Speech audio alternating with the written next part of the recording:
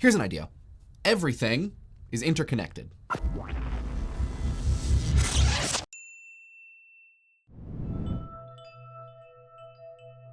This episode is supported by our patrons and the Great Courses Plus. For the last couple weeks, I have been playing Everything, the game, by David OReilly.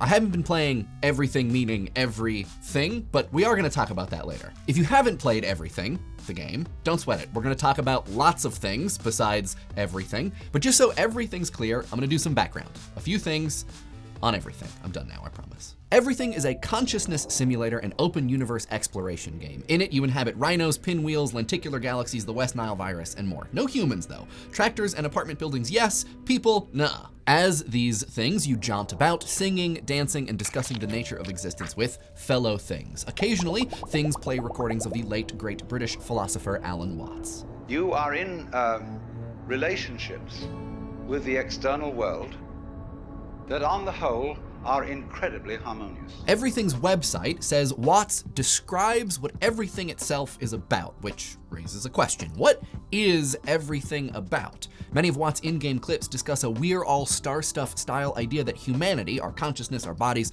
aren't a result of the Big Bang, but part of it, a continuation. We all share some common genesis with a universe of stuff, and so are interlinked with it. Thus, in the game, you sail upon those invisible links to experience the perspective of countless objects, able to loop powers of 10 style from galaxy to atom and back again. But, and here I play the role of skeptical commenter straw man, who gives a flying fish? Everything's atoms or whatever, great. I'm not about to befriend a fire hydrant because suddenly we have something in common. I'm definitely not fixing to become one. What gives? Why does it matter? And, okay, fair. But also, perhaps, the point. Everything may betray the story of how difficult it is for humans to appreciate the non-human, which it is. It's tough. Throughout the game, Watts talks about how appreciating our interconnectedness with the world is both difficult and necessary. A deep and abiding respect for all things, beings, and processes which result from our cosmic genesis, a matter of great importance. And I agree. But I also disagree. Watts's ideas about sameness are attractive, but they also allow us to retreat from an earnest appreciation of non-human things. If we are all, on some level, the same, we have permission to avoid appreciating things on their own terms because we already are them-ish. We have license to fall back on what's good for the goose is good for the gander, except not geese, but humans, and like all conceivable objects. Everything's gameplay is the opposite of this. It gives us endless opportunity to appreciate endless things as themselves, connected but wildly different. So by combining philosophy and gameplay that are at odds, what do we get? What's so worthwhile about being things? This is something philosophers have struggled with for literal millennia. Everything creator David OReilly conveniently lists 5 of them in the game's credits. Seneca, Epictetus, Marcus Aurelius, Ralph Waldo Emerson, and Arthur Schopenhauer. Each struggled with appreciating things as things from a human perspective, and also with why doing that is 1, cool, and 2, useful. So what we're gonna do is talk about these dudes and their ideas to outline the epic struggle of understanding how me, you, chain links, post-it notes, and pollen are interconnected, but fundamentally different. Finally, we'll talk about one guy OReilly didn't name check and about why it's neat for you and me to consider what it's like to be a tire or a tree. Today, Stoic means one thing, unflappable, like Yoda or Judge Dredd, 2 people I never thought I'd put in the same category. But the original Stoics from Greek and Roman times were a multi-stage branch of philosophy concerned with personal ethics, how individuals should act based on logic and an understanding of nature. They wanted to maximize virtue, and really don't we all?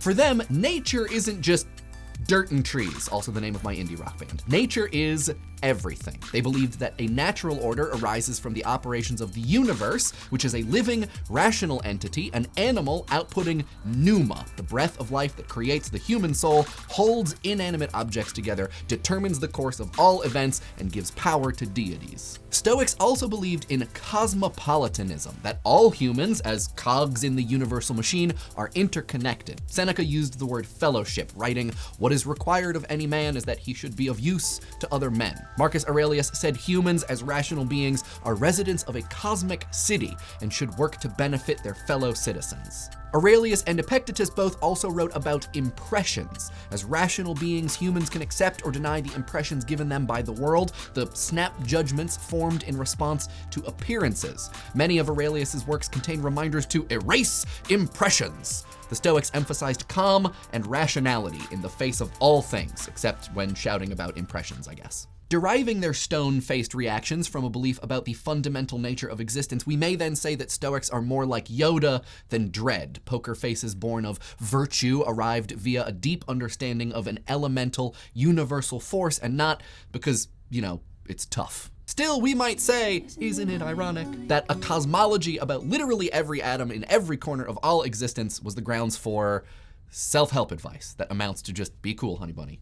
Just be cool. Despite their complex physics and best efforts at taking things seriously, the Stoics had a hard time getting away from one particular thing, humans. And this gets us to Ralph Waldo Emerson, who was born in Massachusetts, in the early 19th century. He was a transcendentalist, and they emphasized self-reliance, believing that it's only when people escape institutions like politics and organized religion can they be their best, most pure and perceptive selves. Insight, the transcendentalists thought, is arrived not through careful study or empiricism or experience, but by living simply in the woods, thinking, being alone, focusing not on worldly artifice, but on one's individual essence. Emerson, like other transcendentalists, believed in the One, or the Oversoul, an organizing force which produces and unites nature and humanity. In seeking independence via nature, we can almost paradoxically appreciate the interconnectedness of all things and rediscover what Emerson called unity, often with a capital U.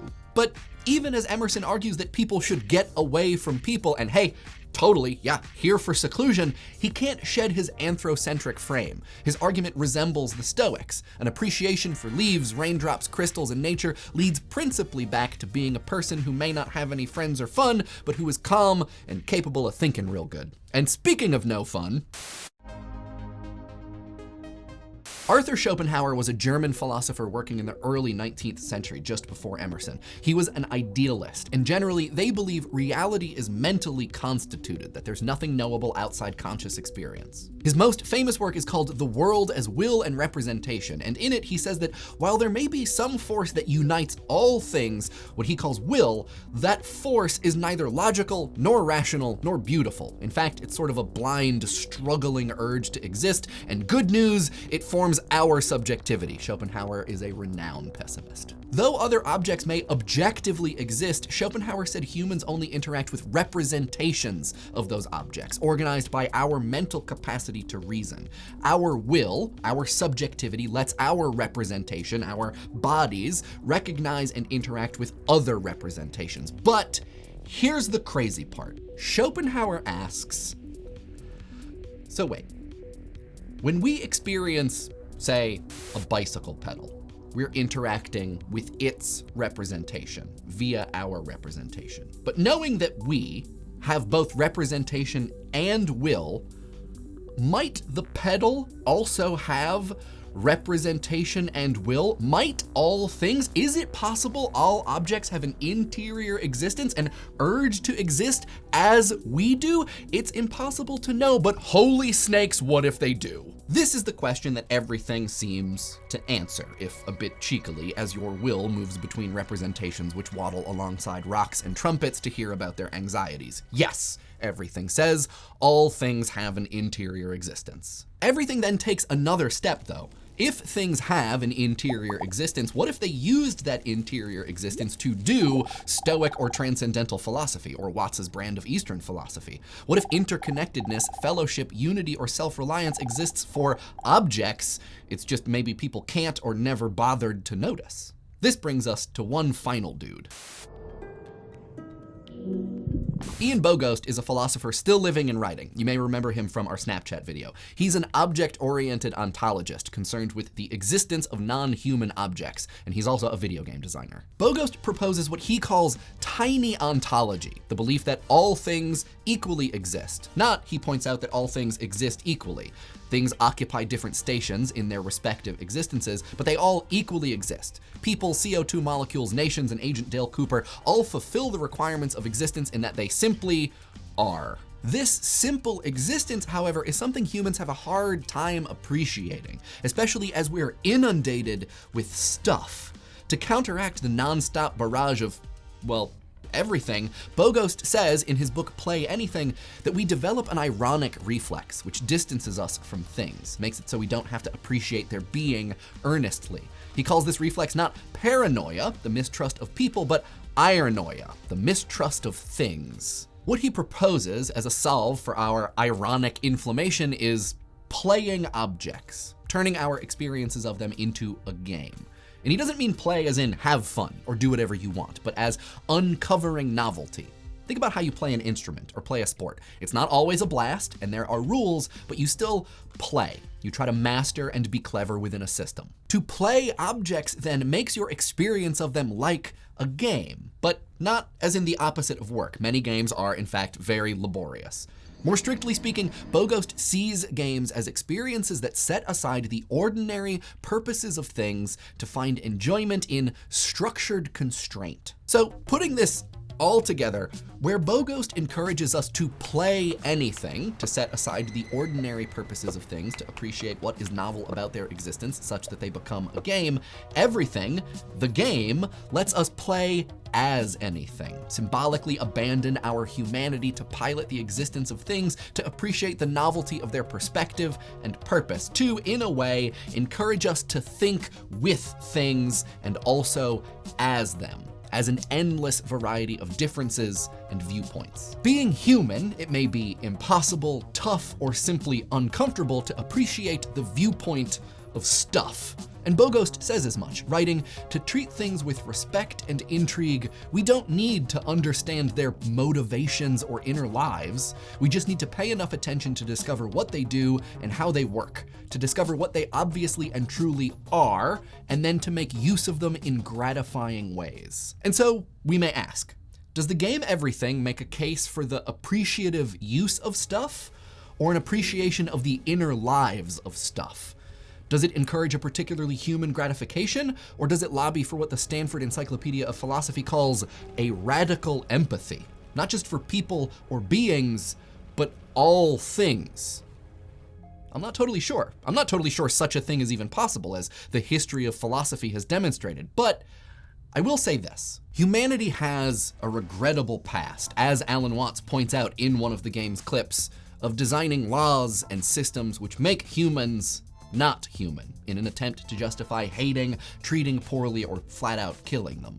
It may stand to reason then that this radical empathy for all things, including the non-human, is batting with the weight on, emotionally, stretching and building sets of muscles which allow us to feel and feel for things even when we have permission not to, where we have, through inundation and desensitization, learned not to. It may be, given the field of objects we apprehend daily, that an attempt to feel for them appears impossible or fruitless, but Everything, smashing together the thoughts resulting from a long, long struggle with the importance of things, may be saying something about that impression.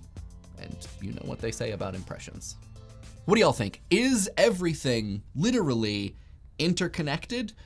What is the nature of that connection or disconnection? And how does it make you appreciate or not all things? Let us know in the comments and I'll respond to some of them in next week's comment response video. In this week's comment response video, we talk about your thoughts regarding the pace of money determining the pace of life. If you want to watch that one, you can wait for the end card to show up or find a link in the doobly-doo. Idea Channel has a Patreon if you would like to support the show. Thank you so much to all of our patrons. We have a Facebook, an IRC, and a subreddit, and instead of a tweet of the week this week, we're gonna point you towards some videos made by our friends who are also in the PBS Digital Studios family about why they love PBS. They are as uplifting as you would expect. We have one in the works. We love PBS so much. It's taken a little bit of extra time to put it together, but yeah, in the meantime, you should check these ones out. And hey, in case you were wondering, this episode was sponsored by the Great Courses Plus. The Great Courses Plus is a digital learning service where you can learn about many topics from pro educators, including art, literature, and philosophy. New subjects, lectures, and professors are added every month, including great utopian and dystopian works of literature with Pamela Bedore. Start your 14-day free trial at thegreatcoursesplus.com/idea or click the link below. And last but certainly not least, this week's episode would not have been possible or good without the very hard work of these cosmic citizens.